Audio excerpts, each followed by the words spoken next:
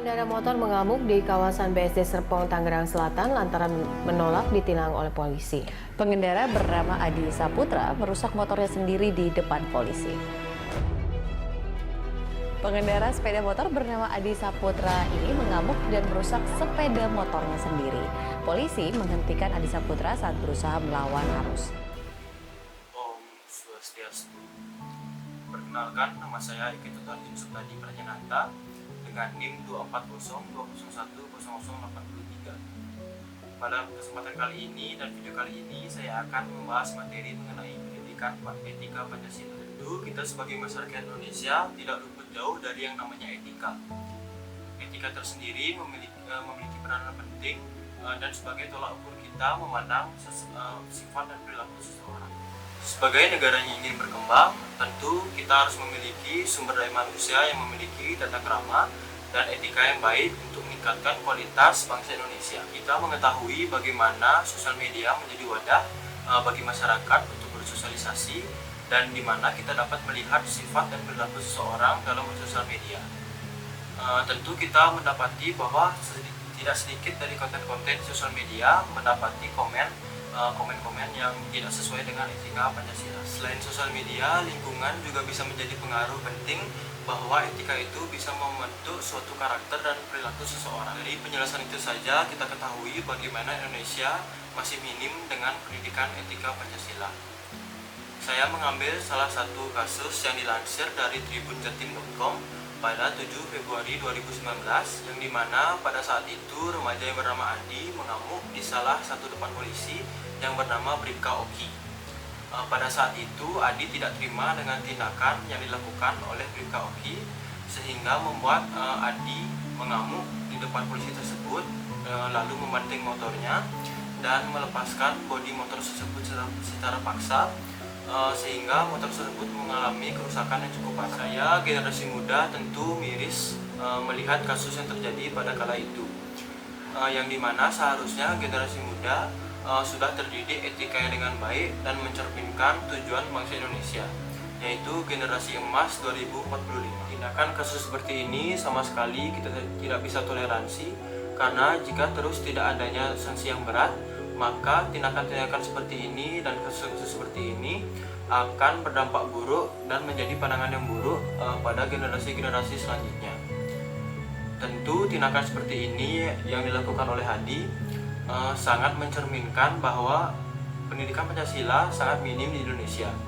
Tindakan tersebut terjadi seperti Adi mengalami temperamental dan Adi melakukan tindakan tersebut di depan kekasihnya, yang dimana Adi melanggar rambu lalu lintas dan melawan arah dan tidak menggunakan atribut seperti helm. Viralnya kasus tersebut menuai banyak kecaman dari sosial media, terutama dari Instagram dan Twitter, yang dimana para netizen yaitu masyarakat Indonesia mengecam bahwa perilaku Adi sangat tidak mencerminkan generasi muda yang terdidik. Di sisi lain, kita juga tidak dapat mengetahui bagaimana Adi ini bisa melakukan perbuatan seperti itu.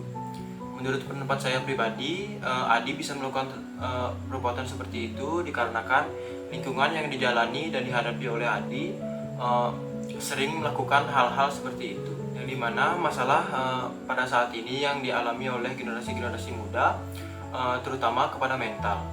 Yang dimana mental tersebut dapat mempengaruhi dan membentuk suatu karakter dan bagaimana cara menggambarkan emosi sehingga terjadilah kasus-kasus seperti yang dilakukan oleh Adi kepada Bribka Oki ini. Tentu saya sebagai mahasiswa dan generasi muda memiliki tujuan yang baik, yang dimana saya bisa membawa diri saya sendiri memiliki etika yang berpengaruh baik kepada masyarakat. Pengaruh dari dunia pendidikan, contohnya seperti saya sebagai mahasiswa sangat memiliki peranan penting sebagai contoh bagaimana etika itu berlaku dan dijunjung tinggi di dunia pendidikan. Selain menjadi contoh untuk adik-adik di generasi selanjutnya, kita juga memiliki tujuan yang sama, yaitu mencapai pendidikan yang tertinggi, yaitu pendidikan yang beretika dan bermoral. Untuk mencapai tujuan tersebut perlu adanya upaya-upaya.